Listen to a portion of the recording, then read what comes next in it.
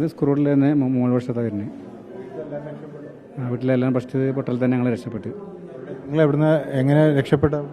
Sound കേട്ട് രാത്രി sound കേട്ടപ്പോൾ പെട്ടെന്ന് അടിച്ച് എല്ലാവരും കുട്ടികളെല്ലാവരും പുറത്തിറങ്ങി എല്ലാവരും പോന്നു.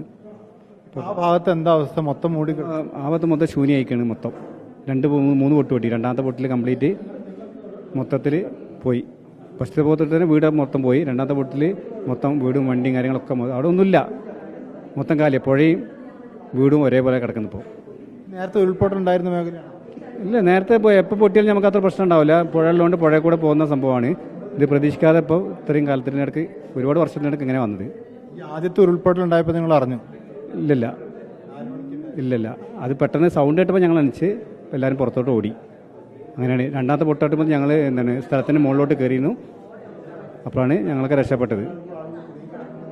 കുടുങ്ങിയ ഒരുപാട് കുടുംബം പോയിട്ടുണ്ട്. ഇനിയിപ്പോൾ ആരൊക്കെ ഉള്ള അറിയില്ല. ഇപ്പോൾ 19 ബോഡി ഇപ്പോൾ കിട്ടിയിട്ടുണ്ട്. ഇനിയിപ്പോൾ അയൽവാസി ഒക്കെ നമ്മളെ അയൽവാസികൾ ഒക്കെ ചുറ്റുപാടുള്ള ഒന്നും കറക്റ്റായിട്ട് വിവരങ്ങൾ കിട്ടിയില്ല. വീടുകളിലെല്ലാവരും പോയിക്കണേ. കുറേ ആൾക്കാർ നമ്മളെ അറിവിൽ കുറേ ആൾക്കാർ പോയിട്ടുണ്ട്. ഈ ക്യാമ്പിലേക്ക് എത്ര പേര് വന്നു? ക്യാമ്പിലേക്ക് ഒരുപാട് ആളുണ്ട് അല്ലേ. ഒരു 100-100 ആളെ മേലെ ഉണ്ടാവും ഇപ്പോൾ ഓൾറെഡി വന്നത്. 100 അതിൽ കൂടുതലുണ്ട്. പിന്നെ ഒരുപാട് വന്നുകൊണ്ടിരിക്കുന്നുണ്ട്. ഏത് മേഖലയിൽ രക്ഷാപ്രവർത്തനം നടത്താനുള്ളത്? ഇനി രക്ഷാപ്രവർത്തനം നടത്തുന്നത് എസ്റ്റേറ്റ് മേഖലയാണ്. എസ്റ്റേറ്റ് മേഖല എന്ന് പറഞ്ഞിട്ടുണ്ടെങ്കിൽ ഞങ്ങൾക്ക് ചൂരൽമല പാലം കംപ്ലീറ്റ് തകർന്ന് തരിപ്പണായിപ്പോയി. ഇനി അവിടുന്ന് അതിൻ്റെ അപ്പുറത്തേക്ക് കുറേ ആളുകൾ ഒറ്റപ്പെട്ട് കിടക്കുകയാണ്. എസ്റ്റേറ്റ് ജനറൽ മാനേജർ വരെ അവിടെ ഒറ്റപ്പെട്ട് കിടക്കുകയാണ്. ഇനിയിപ്പോൾ അവർക്ക് അവിടെ കുടിക്കാൻ കുടിവെള്ളമില്ല. എന്ന് വെച്ചിട്ടുണ്ടെങ്കിൽ ഈ മലയിൽ നിന്ന് വരുന്ന വെള്ളമായിരുന്നു, അതെല്ലാം സ്റ്റോപ്പായിപ്പോയി. ഇപ്പോൾ അവർക്ക് കുടിക്കാൻ വരെ വെള്ളമില്ലാത്ത ഒരു അവസ്ഥയാണ്. ആരെങ്കിലും വിളിച്ച് ബന്ധപ്പെടുന്നുണ്ടോ? ബന്ധപ്പെടാൻ വേണ്ടി അവരെ കഴിയുന്നില്ല.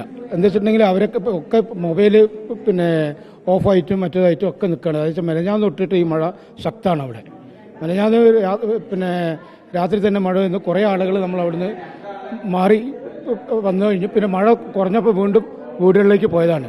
പക്ഷേ ഇന്നലെ രാത്രി 1 മണിക്കാണ് ഇത് ഫസ്റ്റ് പൊട്ടുന്നത്. അത് അത്ര വലിയ പൊട്ടായിരുന്നില്ല. പിന്നീട് ഒരു 3 മണിക്ക് പൊട്ടുന്നതാണ്. വമ്പം 1 മണിക്ക് പൊട്ടിയത് നിങ്ങൾ അറിഞ്ഞില്ലേ? നമ്മളെ വീടൊക്കെ കുലുങ്ങായിരുന്നു. അങ്ങനെയാണ് നമ്മൾ എണീറ്റിട്ട് അവിടെ നിന്നൊക്കെ മാറുന്നത്.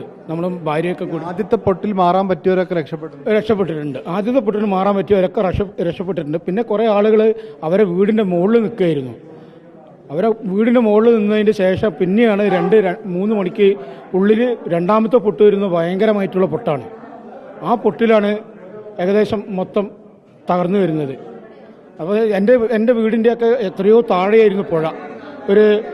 ഒരു 300 മീറ്റർ താഴെയായിരുന്നു പുഴ. ഇപ്പം എൻ്റെ വീടിന് മുന്നിൽ കൂടിയാണ് പുഴ പോകുന്നത്. അത്രയ്ക്ക് ഭീകരമായിട്ടാണ് ഇത് വന്നുകൊണ്ടിരിക്കുന്നത്. അതേമാതിരി തന്നെ പിന്നെ ഞങ്ങൾ അവിടെ നിന്നെല്ലാം കയറി വലിയൊരു കുന്നിൻ്റെ പുറത്ത് കയറി നിന്നതിന് ശേഷം പിന്നെ പൊട്ടുന്നത് 4 മണിക്ക് മൂന്നാമത്തെ പൊട്ടും കൂടി പൊട്ടുകയാണ്.